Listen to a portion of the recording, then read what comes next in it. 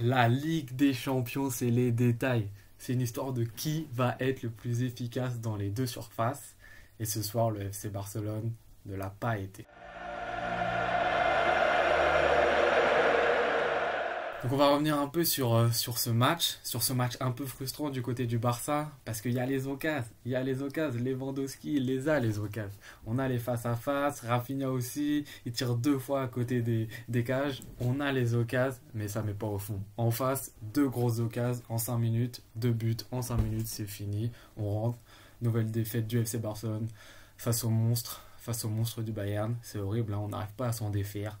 Toujours des défaites, on mange. Même quand on peut se dire qu'on est meilleur qu'eux, on est dans une meilleure phase qu'eux, et ben non, on perd. Et voilà, ça montre que le Bayern, quand même, ça reste un grand champion et que nous, on a encore du chemin à faire, que le FC Barcelone a encore du chemin à faire. Donc au début de ce match, dans la préparation, on se dit, tiens, le Bayern de Munich a enchaîné 3 matchs de championnat consécutifs, 3 matchs nuls. Et le FC Barcelone continue de gagner tous ses matchs en championnat, marque des buts, Lewandowski en top forme, il y a de la rotation, il y a du Dembélé qui est en pleine forme, tout ça. Donc on se dit, même si c'est à l'extérieur pour le FC Barcelone, pourquoi pas? Pourquoi pas le gagner ce match-là, se mettre en bonne position, ou pourquoi pas faire un match nul? Un match nul au Bayern de Munich en Ligue des Champions, on prend. Malheureusement, ça n'a pas été le cas. Et pourtant, il y a eu les occasions. Alors les 10 premières minutes, elles sont pour le Bayern. Elles sont pour le Bayern. Le Bayern impose un rythme très élevé, un contre-pressing très très fort, à des situations, mais ça tricote un peu devant. Ça tricote un peu devant avec Sané et Mané qui se sont pas encore trouvés. Donc certes, des fois il y a certaines relations, même avec Moussiala, mais des fois ça tricote un peu. Et voilà, ces situations, mais pas de but finalement pour Bayern. Et ensuite, après ces 10 minutes assez fortes du Bayern, le Barça, pendant une quinzaine de minutes, va reprendre le tempo du match à son avantage. Donc possession pour le Barça, rythme pour le Barça, les duels sont gagnés par les Barcelonais, que ce soit au milieu de terrain avec Gavi et Pedri qui nous font une première mi-temps vraiment dantesque, que ce soit au niveau physique où vraiment ils imposent un contre-pressing, les deux ils courent partout, des vrais chiens, et Gavi en numéro un devant Pedri, Gavi qui court partout.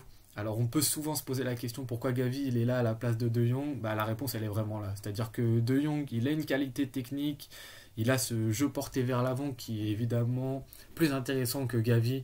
Voilà, même ça se sent qu'il est plus mature encore dans son jeu que Gavi, mais Gavi c'est un chien. Voilà, c'est un chien, le mec tu l'arrêtes pas, il court tout le temps, il est là de la première à la 70e, le mec il court partout.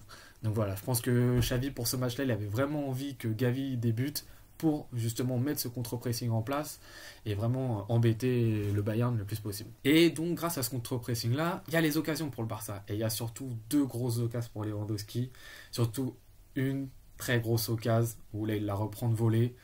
Tous les jours avec le maillot du Bayern il la met et là on sait pas, voilà, retour dans son ancienne maison là où il a mis plus de 350 buts, retour chez lui. Je pense qu'émotionnellement ça a été compliqué.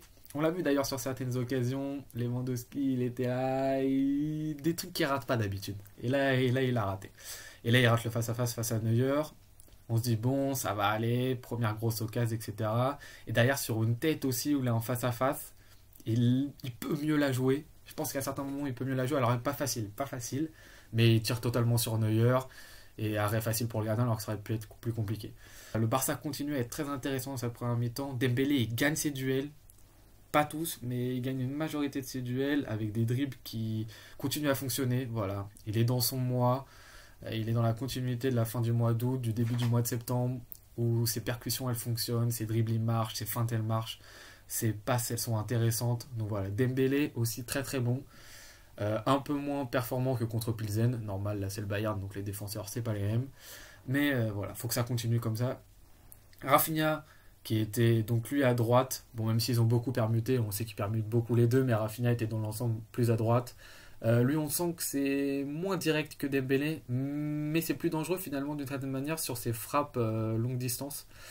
Et là, on voit que Rafinha, il est fort, il arrive, quand il rentre comme ça dès l'intérieur et on sent qu'il va frapper avec son pied gauche, ça commence à faire peur. Il envoie une frappe qui passe à quelques centimètres d'ailleurs des cages de Neuer en première mi-temps. En deuxième mi-temps, pareil. Et sur la première mi-temps, voilà, 10 premières minutes qui sont vraiment très Bayern. Et ensuite, pendant 15 minutes, plutôt Barça. Et après, ça stagne entre les deux. Et les deux équipes peuvent marquer, mais plutôt dominance Barça. Mais malheureusement, ça marque pas. Et en Ligue des Champions, quand tu marques pas, bah voilà, ça commence à trotter dans les têtes. Le Bayern se dit, on peut pas faire la même chose en seconde mi-temps.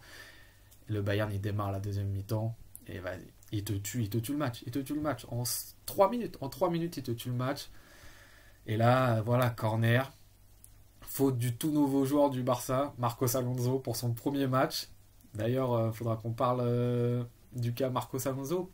Pourquoi mettre Marcos Alonso maintenant alors que Baldé il a réalisé de très bons matchs dernièrement, qu'il a porté satisfaction normalement. Voilà, peut-être que pour Baldé c'est l'âge, l'expérience qui joue. Marcos Alonso il a déjà joué des grands matchs en Ligue des Champions, il a été titulaire dans l'équipe de Chelsea pendant de nombreuses années. Baldé voilà il est tout jeune, peut-être que Xavi s'est dit là, au Bayern de Munich, compliqué de le faire rentrer titulaire, même s'il a de bonnes prestations. Mais voilà, le problème, c'est que le premier but, Marcos Alonso, il est au marquage sur Hernandez et qu'il le laisse. Il le laisse totalement. Hernandez, il met sa tête, il est seul, tout seul.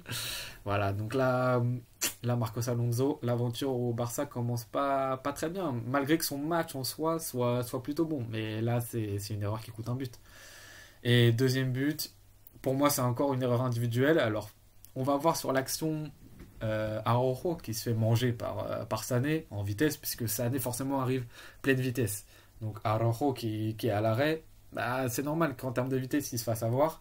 Et ensuite Sané est très très fin dans le dernier geste, même dans sa conduite de balle, c'est très très fin, il arrive à marquer. Mais pour moi le problème il est avant, le problème il est au niveau de Busquets. Busquets, si vous regardez le départ de l'action, quand le Bayern reprend le ballon, Busquets il est au niveau de la ligne médiane et il n'a rien à faire là, il faut qu'il soit sur le pressing beaucoup plus près de la touche.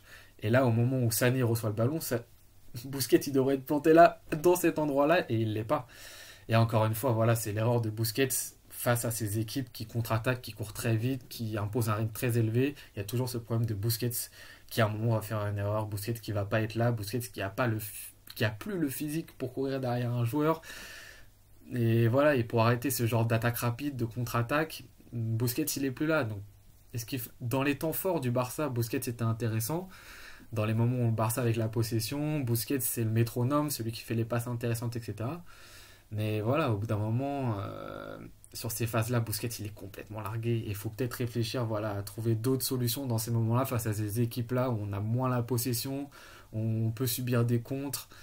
Peut-être changer, peut-être mettre un caissier, peut-être mettre un De Jong à la place. Il va falloir vraiment commencer, même si on sait que Xavi il adore Busquets et que nous on l'a adoré, enfin pas oublier ce qu'il a fait Busquets, mais dans ces matchs là il faut peut-être faire du turnover et changer les choses.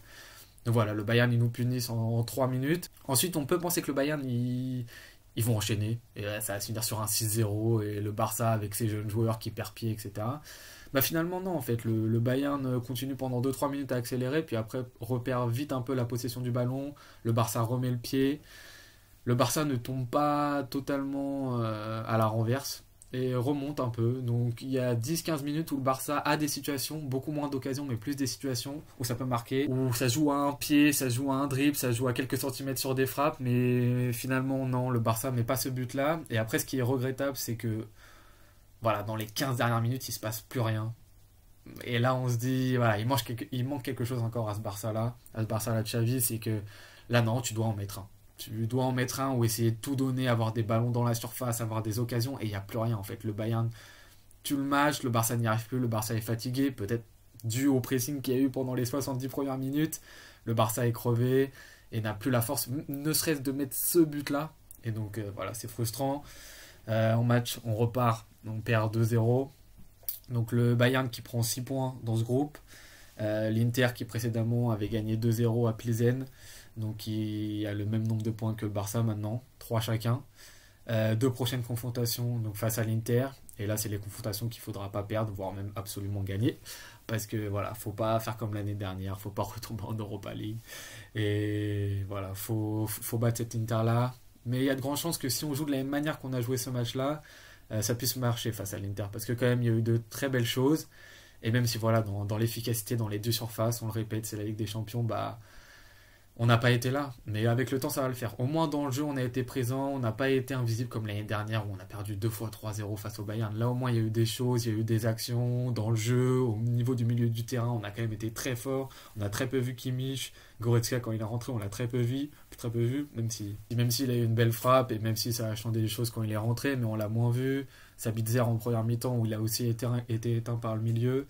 Donc voilà, le milieu quand même a été très fort du côté du Barça. Mais il y a certaines choses qu'il faudra changer, trouver une défense vraiment définitive.